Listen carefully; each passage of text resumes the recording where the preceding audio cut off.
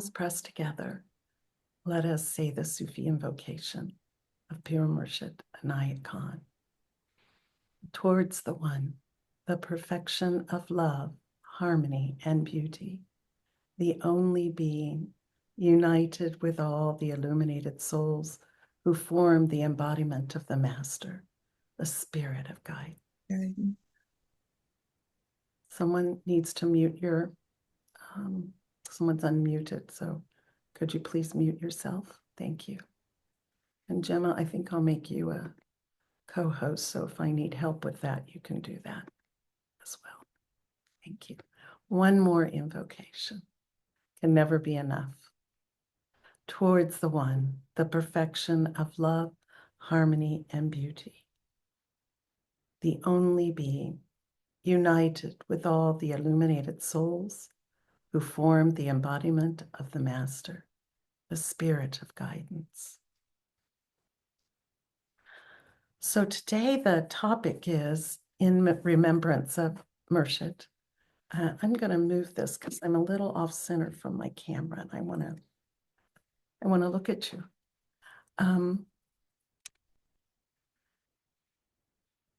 I thought it was fitting to talk about this idea of the virtue of loving sacrifice, because any of us that knew Pir Vilayat knew, even into a ripe old age, how much travel he did. That's a sacrifice to be away from the comfort of our home and our families. Murshid Hidayat did that too until a ripe old age, Murshid Karim Pashk. So there is a sacrifice that is made. And we've all done that in our own way. When I reflect back for education, for example, many of us have advanced degrees. And there was a point at which I had been offered really good jobs at both Jim Henson and the Muppet People in New York, as well as Hallmark Cards as an art director. And I thought, I have to go on to graduate school. I have to become a designer that has a greater understanding of theory and application. So that was a sacrifice I made because I was a very poor student. I did have scholarships, but I had to make my way in terms of rent and food. I didn't have support otherwise. So, and it was well worth the sacrifice. So that's one example, just in a very practical way. But there are other ways that we'll be talking about. So Murshid says, and this is from the Bulasaki, it always means that we must sacrifice something very dear to you when God's call comes. When God's call comes. And then a little bit of bio, which we all know, but it's good to refer to it. I know that my teacher, Kamtal Rinpoche, whenever he'd give a teaching, he'd go way, way, way back and give this whole history and then get to the teaching. So there's some, there's some history of how teachers do that kind of setup. That's like the beautiful setting for the jewel. So Hazrat Inayat Khan Murshid had been a renowned musician before he gave up his art in order to dedicate himself entirely to the Sufi message. And this was the message in which he was entrusted with by his Murshid, Abu Hashim Madani. Hazrat Inayat Khan readily followed the practice of the ancient Sufis in expressing esoteric truth in terms of sound and music. And we know that because, if we look at his, the Gayan, the Vadan, and the Natan, those are filled with musical terminology. And so it was part of his culture. It was part of his education. He was a professor of music. And he brought that into the Sufi message. And those of us that have traveled in circles or traveled to India, I know David's been there, Gemma's been there, I think perhaps others, but always music is brought into the celebration, devotional music. We see that also in the Hindu tradition. We see that in the Catholic Church. We see it everywhere, beautiful choirs in every denomination. And so music is a part of it. It's a language that is, there are words to it, but there's something else that it speaks to in our body And so Merchant will give us a little hint about that here. These are from his own words, from his autobiography. And he says, I gave up my music because I had received from it all that I had to receive. To serve God, one must sacrifice what is dearest to one. And so I sacrificed my music. I'm going to pause here because Murshid's not the only one I've heard this from. Some of you know Sri Karunamai Ma. She's came to Kansas City. You had an opportunity to meet her at Sufi camps. Same thing for her. She had a great devotion. Well, she had a great devotion to Murshid, actually. Until her passing, she was always invited to give a devotional song at the Urs in New Delhi. But she was a master musician, and she was a class A musician in India, which is the top ranking that you can get, such as our Murshid. She was also someone that often appeared on all Air India radio singing. So she was very well known, and she was the vice principal at the university in Agra. Well, she was so touched by the teachings of Sri Aurobindo, she decided that she would renounce um, her professorship and her title at the university in Agra, and she would go live at the Sri Aurobindo ashram in New Delhi. Well, she had it in her mind that she would be allowed to, you know, immerse herself in devotional song, and she wrote them as well as sing them. Well, what happened instead, just like Murshid, they knew that she had administrative capabilities, and they made her one of the trustees that was in charge of running the ashram for many, many years.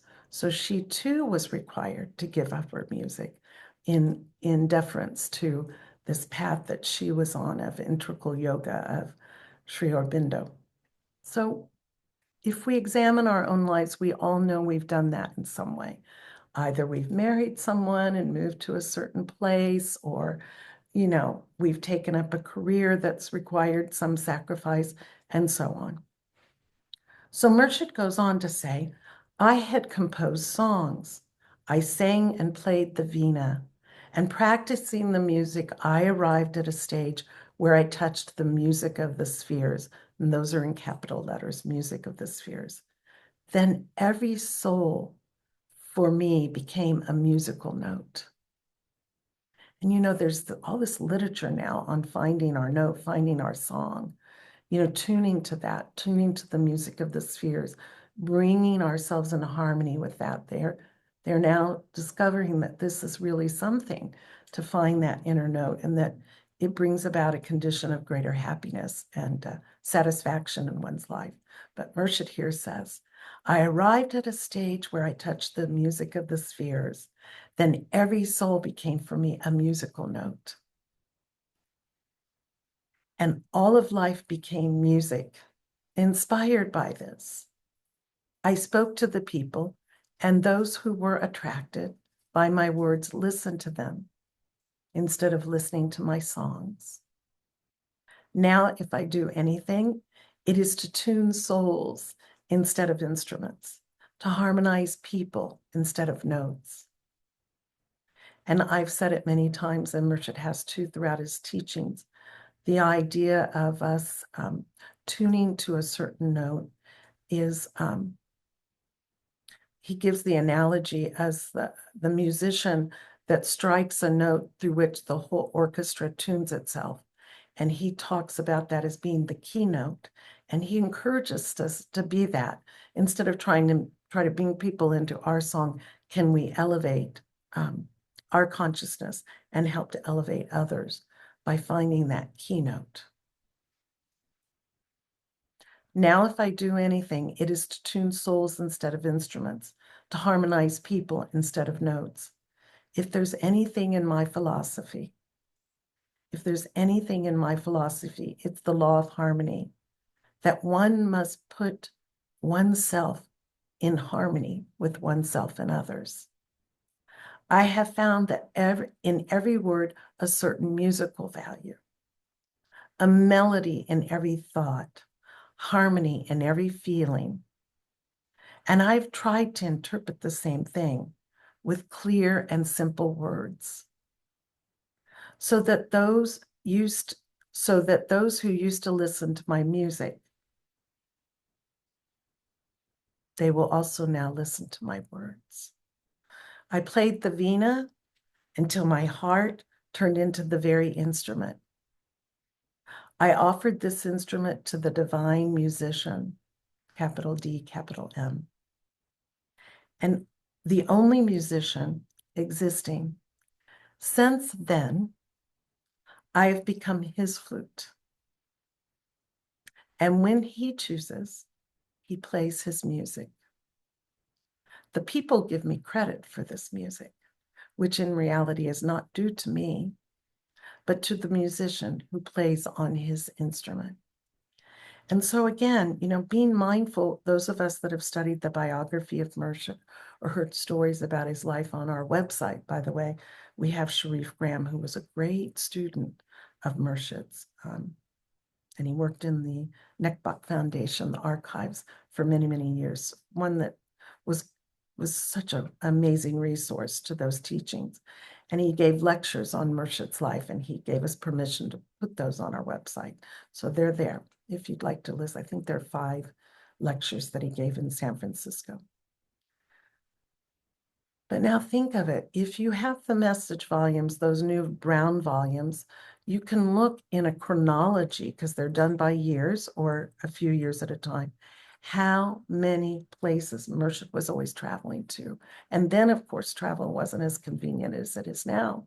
So he was giving up the comfort of his, home.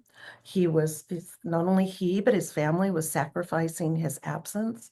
If you travel much and you visit other people, you have to surrender to their eating schedule, what it is they eat, et cetera, et cetera. All these things, the comfort of one's own bed, these are all small sacrifices, but for a greater good, a loving sacrifice, a virtue.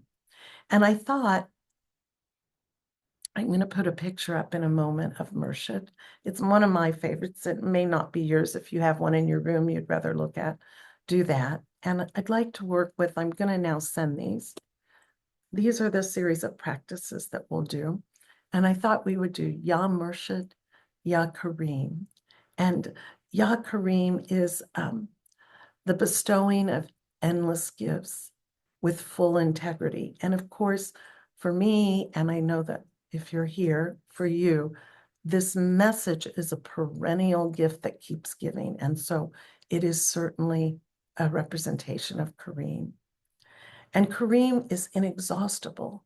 It keeps giving. It's a bountiful energy, and it keeps on giving, and it flows like a stream of water.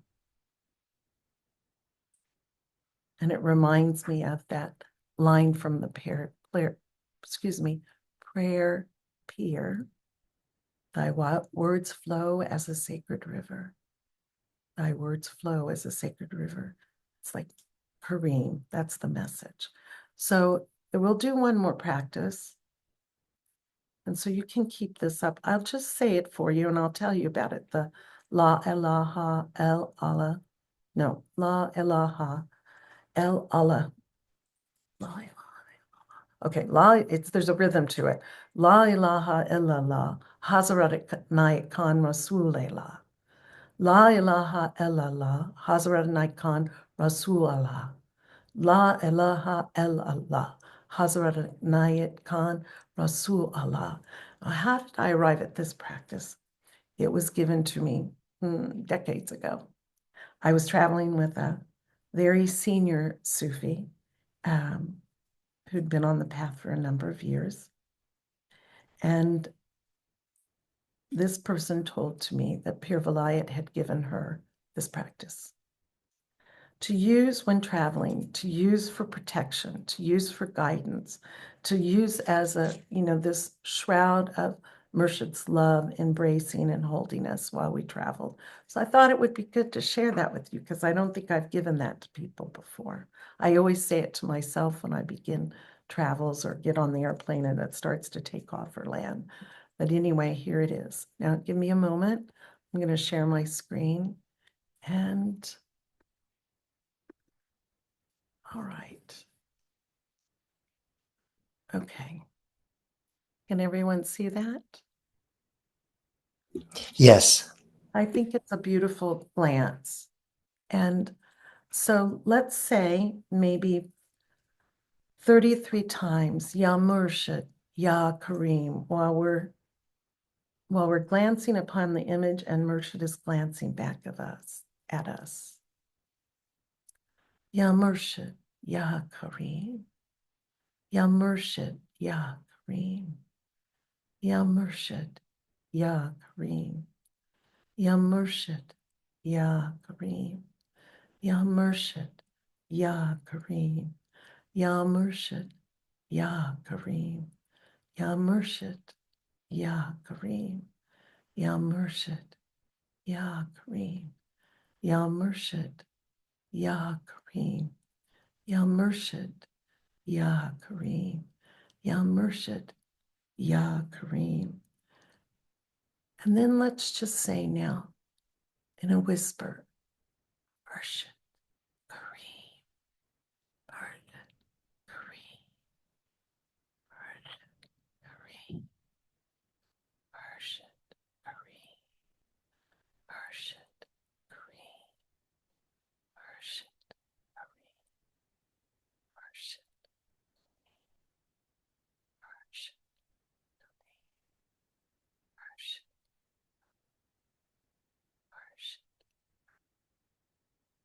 Murshid, and just silently on the breath.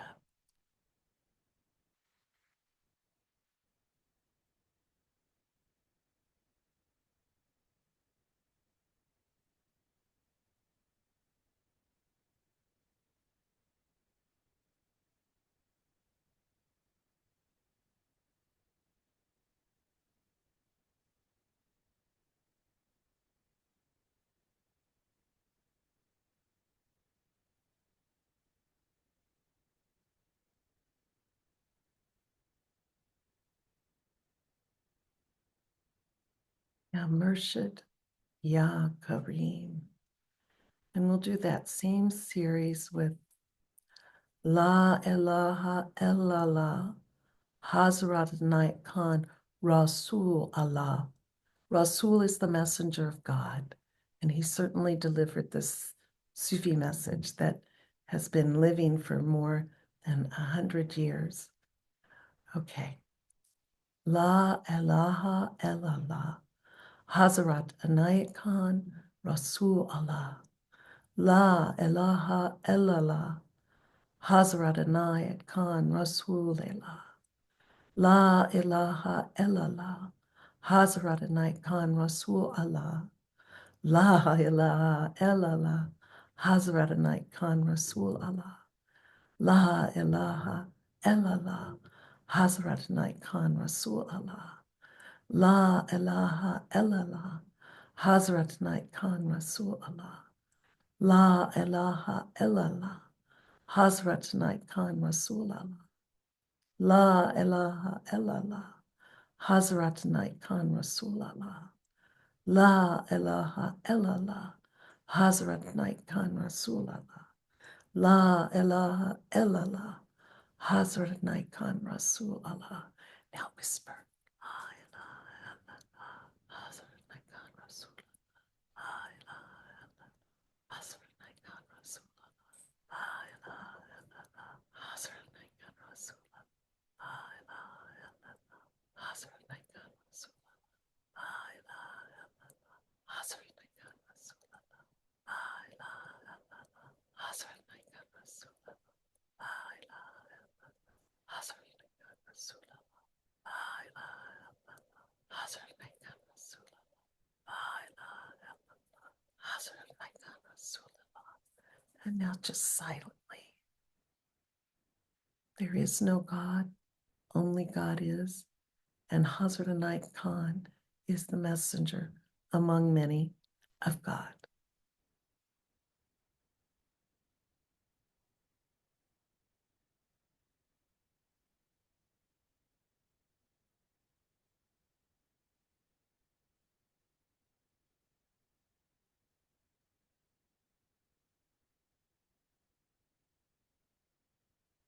going to leave this photo up for just a little while longer and speak about this image.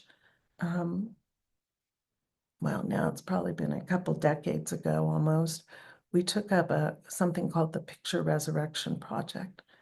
And Murshid Hidayat and I made a small selection of photos that we wanted restored. This is amongst them. There are a few others. And the person that did this was a master printer. He had something that was called an iris printer, and he was in a guild of printers, which is a very fine printing process. Well, we had met online somehow, and during a federation at the abode, I had given him these photos and I asked if he could restore them.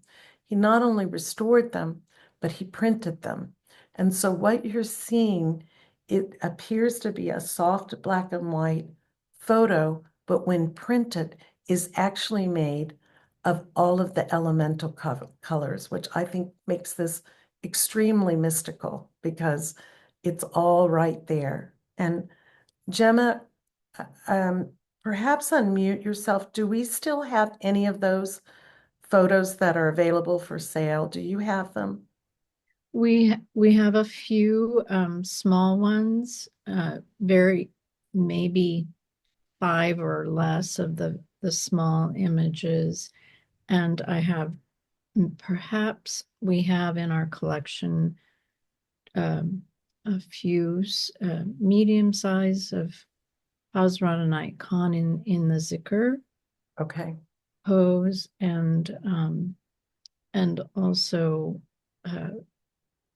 perhaps a couple 18 or 16 by 20 prints of the zikr and the vina. Yeah. So this is something we can post a link and we can let you know, and maybe we can figure something out if anyone's interested, or just write me if you're interested, and then we'll figure it out from there. We can show you the photos that are available, but I thought you might like to know that about this photo. And, in the real ones, if you look very close, you'll see that it is all subtly those elemental colors. But anyway, thank you, Murshid.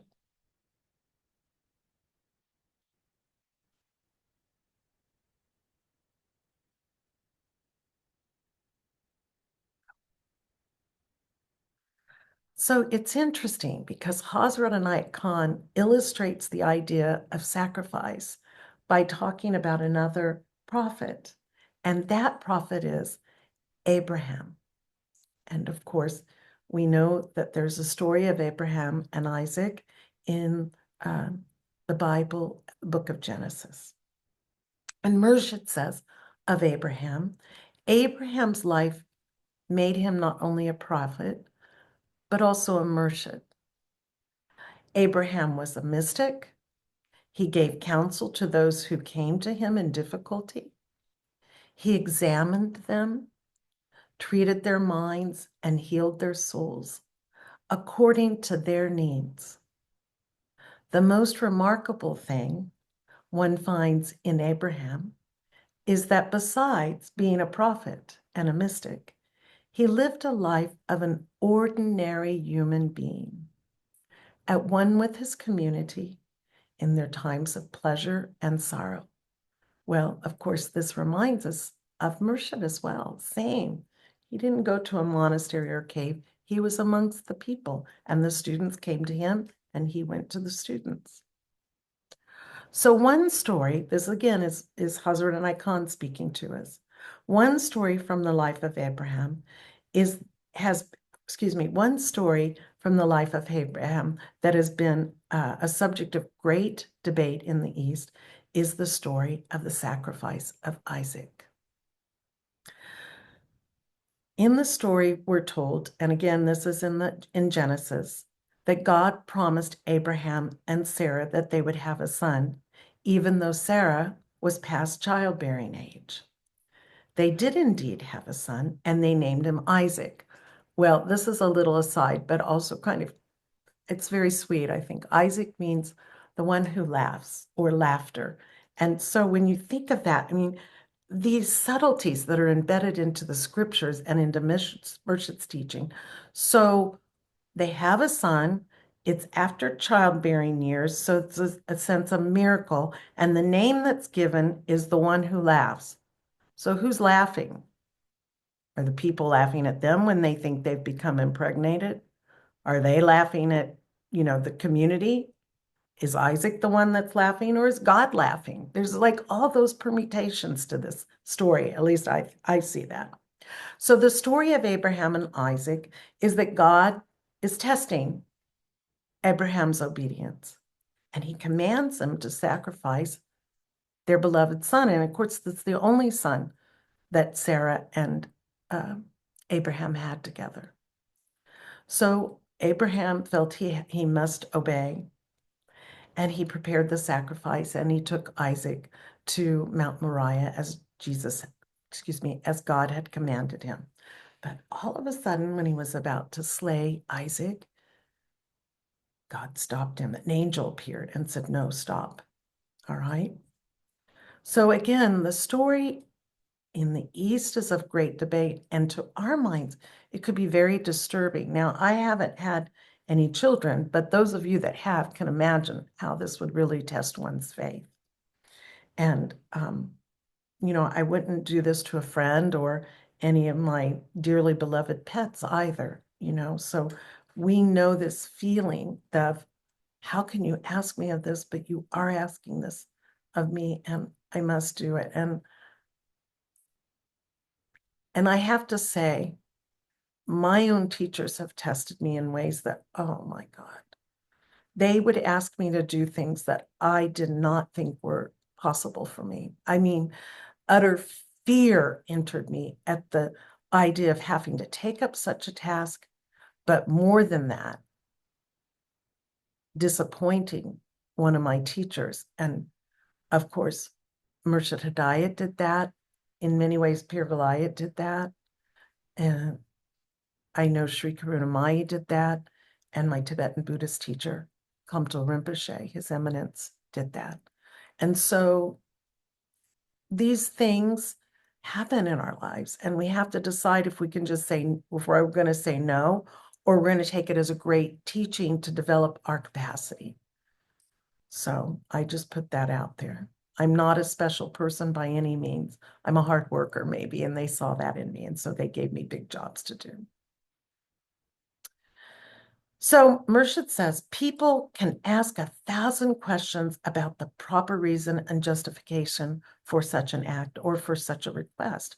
Yet if we look at from the ideal point of view, no sacrifice for a beloved ideal can be too great. Then Murshid gives an example in his time.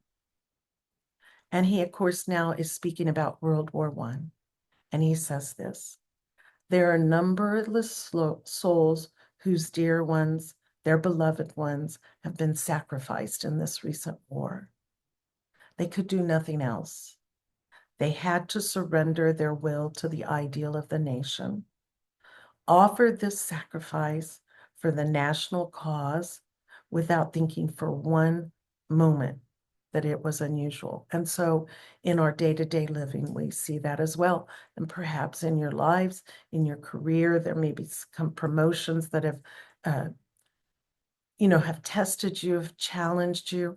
And sometimes it might be easy to say, oh, no, no, not me. But what happens in the end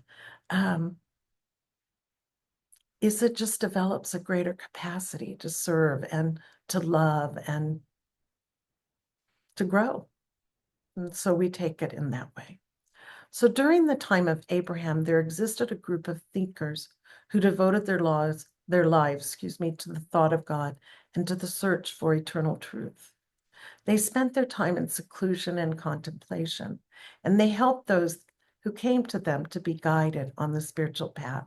This also, I remember while I was in India, there were some of the teachers that were living in seclusion, but we could nonetheless go visit. And when I'd go, it was such a humble little place, hardly room for a couple of individuals in the space, but I would be invited in and offered tea and be able to ask for what it was that I was requesting. And sometimes it was for health because, health was challenged in those days. and sometimes it was for advice. Anyway, these people, they may be in seclusion, but they are willing to, these holy ones are willing to allow people to come into their space and to be helpful. They see that their practice and their evolution is not just for oneself, it's for all beings, and they offer it in that way. So for me, I've seen that in living. I think that's in everyday religion. We see that with ministers and priests and so forth. So Murshid says, in their symbology, it is in their symbology that we find in the traditions of Abraham sacrificing his son for the love of God. In Sufism, human life is considered as a line with two ends. Murshid gives this analogy in many different ways on many different topics. This idea of there's these two poles. So here's earth, here's heaven. Here's God, here we are. Here's the temporal world, here's the spiritual world. And he lists all these things. He says the two ends, one end in mortal, one worldly, one spiritual, one the unlimited God, and the other the limited God. One end could be considered the parent, Almighty Father, Mother, and the other the child, we as the children of God. And then he explains this a bit more. Excuse me. He says, as a child is loved by their mother and father more than the parent loves their own self, so the body is loved by the spirit more than the spirit loves itself. So this has to do with our free will. What are our choices that we're going to make? That's a whole other teaching. You can find that in the will, human, and divine. There's these teachings Murshid gives, but here he's alluding to it. So I'm going to read that again. That is why in our human condition, we often neglect the happiness of the spirit for bodily appetites, comforts, and pleasures, because the spirit loves the body. How else would it have come into us?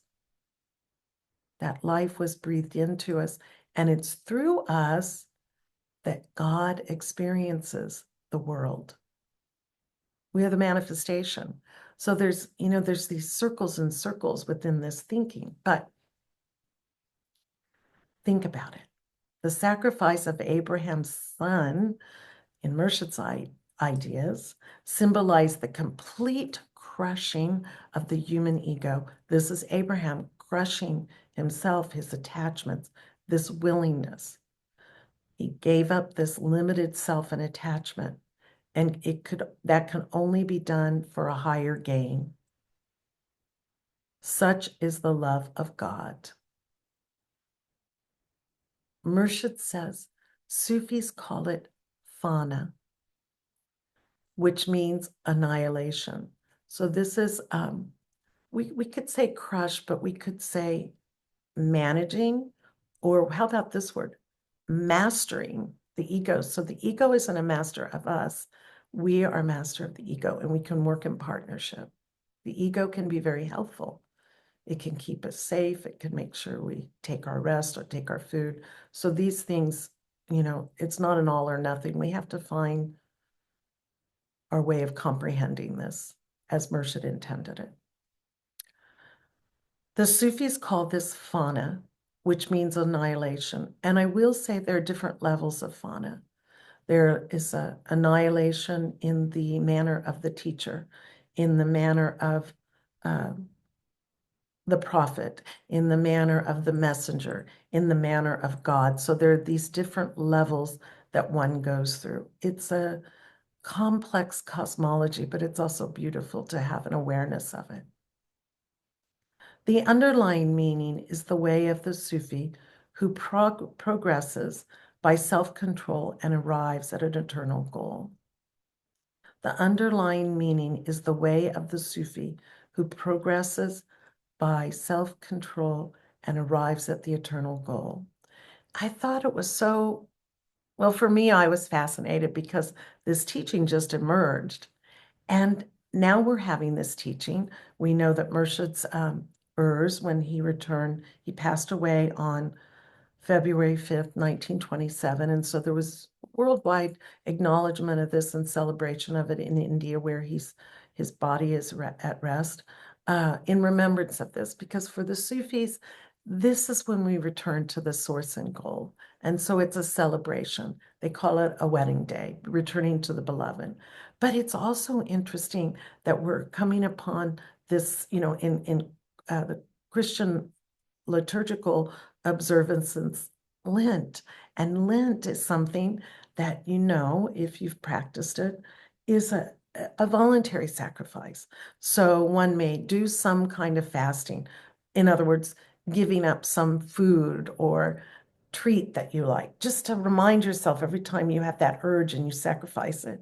It's like a call to prayer, and it's good to kind of help control those bodily appetites. But someone might also give up cursing, for example, or trying to reframe their thinking process. There are many ways we can do this. Some people, especially Catholics, might take up the practice of giving up meat on Friday again, although it's not required any longer. But coincidentally and in sync with that, the month of Ramadan is going to begin. These are both starting at the end of this month. And we know that Ramadan is a month of fasting. So fasting from sunrise to sunset, including water, unless for health reasons you can't do it. So that is, again, an idea that, I'm hungry, I'm going to pray. I'm going to pray harder. When doing sweat lodges, those of you that have done it, I've always been instructed by the leaders of those lodges. If you're suffering from the heat, it means you're not praying hard enough. So it's like that, okay? So these are important observances. And even if we're not taking up these observances, to be mindful of them and maybe tune into it. And what's the harm to take up something like that? It can help us develop a discipline. And when we feel an urge, it calls us to prayer. That's how I use it. Maybe you have other manners in which we can share after this class together. So Murshid goes on to say, when we think deeply about the problem of life, when we think deeply about the problem or problems of life, there's no path in the world, whether spiritual or material, which we can successfully tread without a sacrifice. Sometimes the sacrifice is great, and sometimes small. Sometimes the sacrifice is made first, before achieving success, and sometimes afterwards. As sacrifice is necessary in life, it is made by everyone in some form or other or another. But when it is made willingly, it turns into a virtue. When we do it willingly, it becomes a virtue.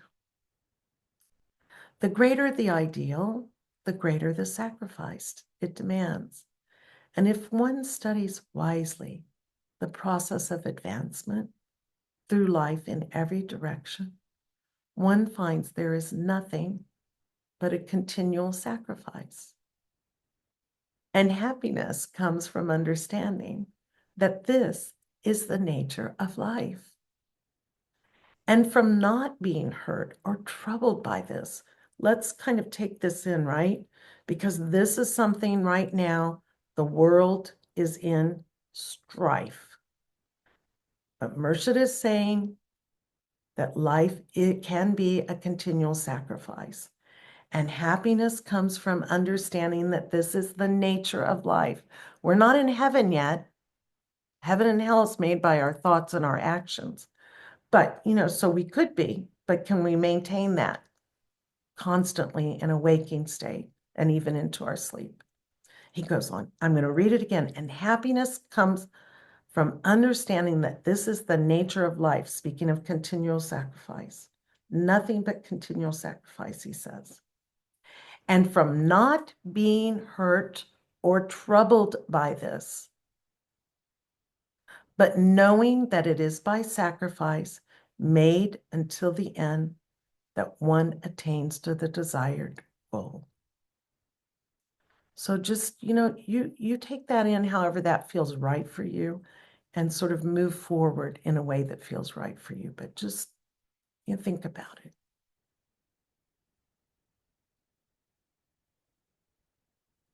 We have to ask ourselves, are we contributing to a higher note, or are we contributing to the negativity? And there's that big teaching, and the Sufis talk about it too, of turning the other cheek. I'm not saying ignore it, but I'm trying to get us to think of elevating to a different pitch.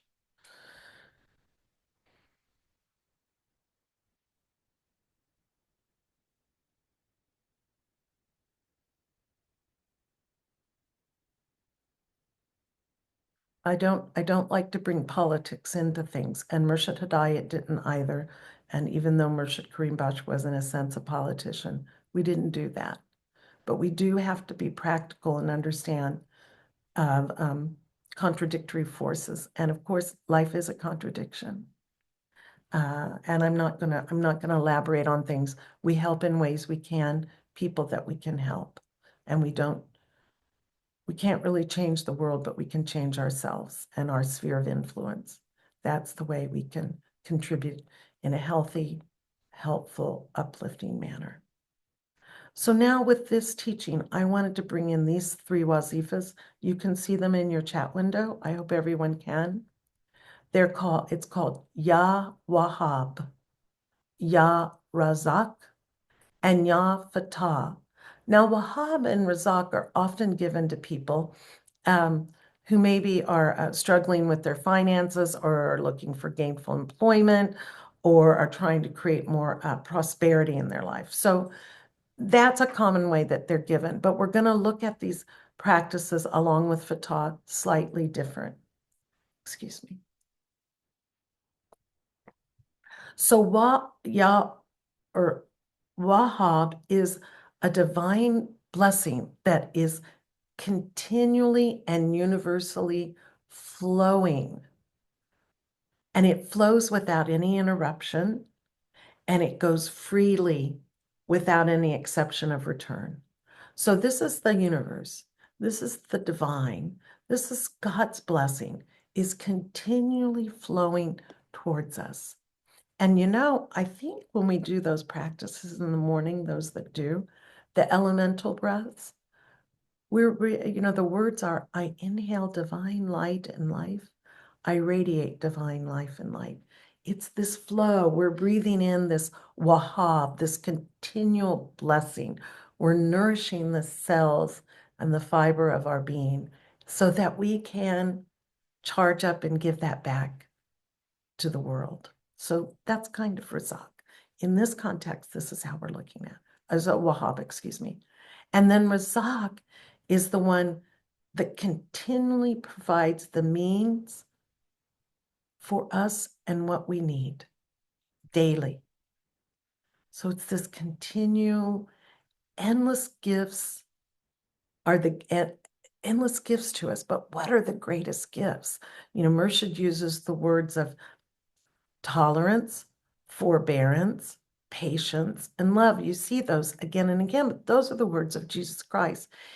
Here we're seeing it as Rahman, without the N, Rahma, which comes Rahim and Rahman, and compassion, mercy, and love. So while it's our daily sustenance is getting fed, but also these endless gifts of which are, if our daily needs are being met, is a kind of compassion and mercy and love. Okay. And then we're going to conclude with Fatah, which seems a little counterintuitive, but if we think of it as a water well that keeps going, it's not. So Fatah, we've worked with this over the last few months. It means to both begin and to open. Okay. So we've brought these 2 sacred words or sacred names or sacred attributes of Wahhab and Razak into this sphere, and now we're opening to it. And through it, we begin to open the heart this is Fatah, to infinite possibilities of the divine presence. Amazing. It's a continual opening, and it is enlightenment that keeps happening. So we are opening more and more to this presence. Fatah gives it's a great power to clear away the obstacles. Fatah. In fact, when we do the mudra of it, it's palms at the heart, and then we open the fingers. So it's like this opening. And it opens the path to success. And it opens our heart to love and ecstasy. So Fatah is all those things. So if we put them all together, we use English words, this is what I came up with. See if this works for you. And what Wahab is superabundance too. So it's like a superabundance of the true gifts of compassion and mercy and love through the continual removal of obstacles on the path to success leading to enlightenment. How about that? So when we look at things in this way, there's no sacrifice. We will receive everything we need. Through our sacrifice, we can receive everything that we need to lead to the goal. So shall we do these together? Now, I want you to know that on the PDF that I'll be posting online, there's a link that goes to the Physicians of the Heart website. And there are pronunciations by a native Arabic speaker. It's a woman.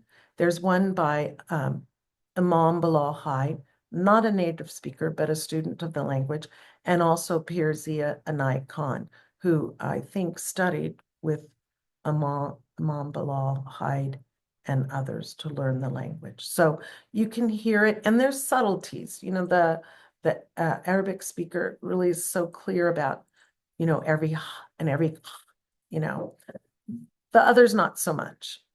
Imam Bilal Hai almost overemphasizes it. Pirzia is a little softer in his pronunciation. The bottom line is, I don't think it is what you're saying, but it's your devotion in which you're saying it. So that's it, just your concentration. To think of this superabundance available to us that will meet all of our daily needs and beyond, and opening us to the great success, which leads to illumination and enlightenment. Wow, what more could they be? Okay. So as in everything, there is a little emphasis. I'll say the word Wahab, Wahab, Wahab. So there's a little emphasis on the hab. Okay. Razak is Ya Razak. Yeah, it could even roll the R. Ra. She says it, the native speaker, Ya Razak. Okay, you don't need to do anything unnatural. Again, it's just the meaning that's flowing through us. We're praying. There's no right or wrong way. And then Ya Fatah. So let's do 11 times aloud, then we'll do 11 times whispering, 11 times silently, but feeling this superabundance of the universe rising up to support us, fulfilling our needs, removing obstacles. And this is a continuous blessing. You know, use that image of a water wheel that Rumi gives us, this constant renewal. It's just happening again and again. So here we go. Ya Wahab, Ya Razak, Ya Fatah, Ya Wahab, Ya Razak, Ya Fatah, Ya Wahab, Ya Razak, Ya Fatah,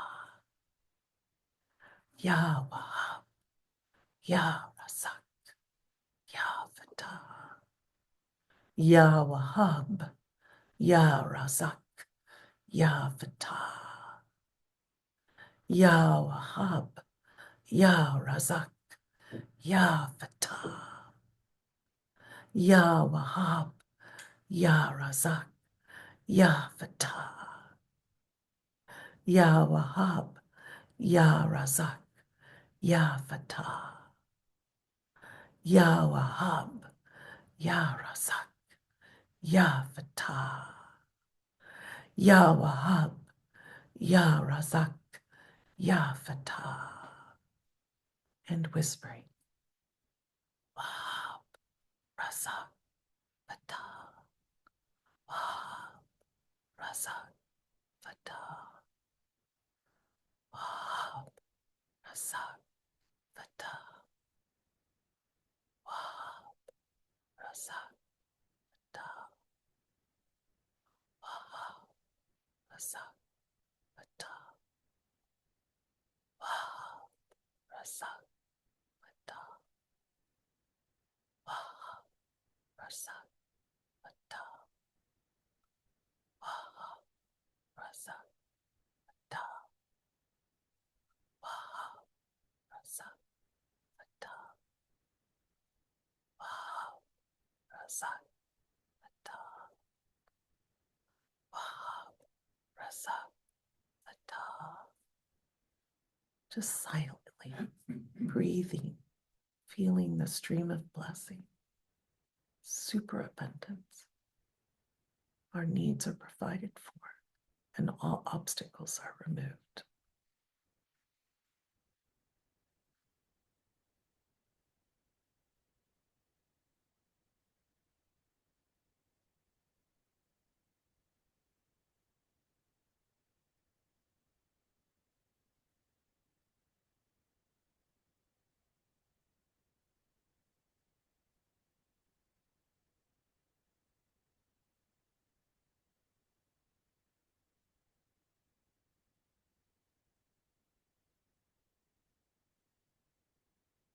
Ya Fatah, Ya Wahhab, Ya Razak, Ya Fatah. Another practice that many of you have done is you maybe have learned Wahhab as Wahhabo, kind of continues this blessing stream of this superabundance. And Murshida Vera, when she gave it to me, she asked me to imagine a beautiful river in emerald green passing from left to right, again and again with that Yahwahabo, Yahwahabo. Of course, this green is a very healing color. It's a color of renewal, of freshness. And moving from left is as if we're moving from that limited side to the unlimited side and back again. And she also said, whenever I'm by a stream or a river or even the ocean as it's moving, to align myself and do the practice in that way with the flow of the river. So think about that.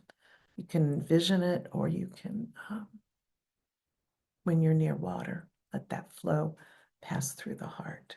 It's healing. A few more sentences before we close.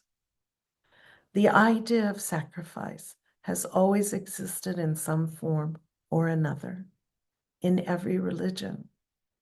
Sometimes it has been taught as giving up one's possessions for the love of a higher ideal, which means that when we claim to love a higher ideal and yet not willing to give up something we possess for it, then there is a doubt about our devotion.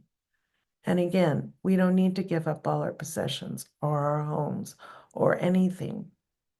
But there is something that we can give, even if it's our time to prayer and practice. But sacrifice of a possession is the first step, Murshid says. The next step is self-sacrifice.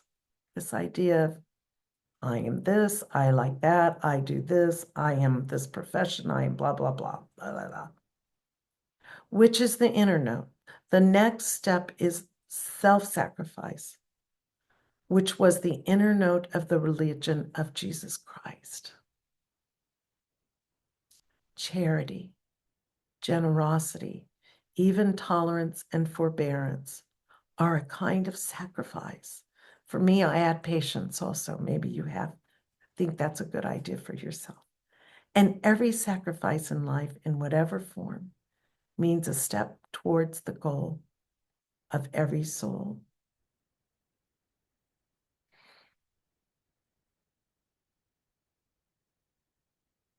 So if we can, let's again press our palms together and recite the prayer Khatum. O thou, who art the perfection of love, harmony, and beauty, the Lord of heaven and earth, open our hearts that we may hear thy voice, which constantly cometh from within. Disclose to us thy divine light, which is hidden in our souls, that we may know and understand life better. Most merciful and compassionate God, give us thy great goodness. Teach us thy loving forgiveness. Raise us above the distinctions and differences which divide men. Send us the peace of thy divine Spirit, and unite us all in thy perfect being. We blow these sacred syllables into the palms of our hands, and we let this vibration pass over and through us. And in closing, we remind ourselves how fortunate we are to be here, to have this opportunity to be together, to have running water, electricity, a roof over our head, safety around us. We ask that all beings have these same graces and blessings in their lives. May they have the causes and conditions of wellness and happiness and peace. And one other little few words that I came across this week that I wanted to share as a dedication. May this time together serve to deepen our journey of awareness in becoming who we already are as God's beloved, as temples of the Holy Spirit, and as agents of love. And I know so many of you already are on the monthly gifting plan. And thank you. And some of you heard the call to raise it just a little bit as our expenses have gone up. So again, this is just my public service announcement to give as you can. And if you have a little extra, sometimes think about giving.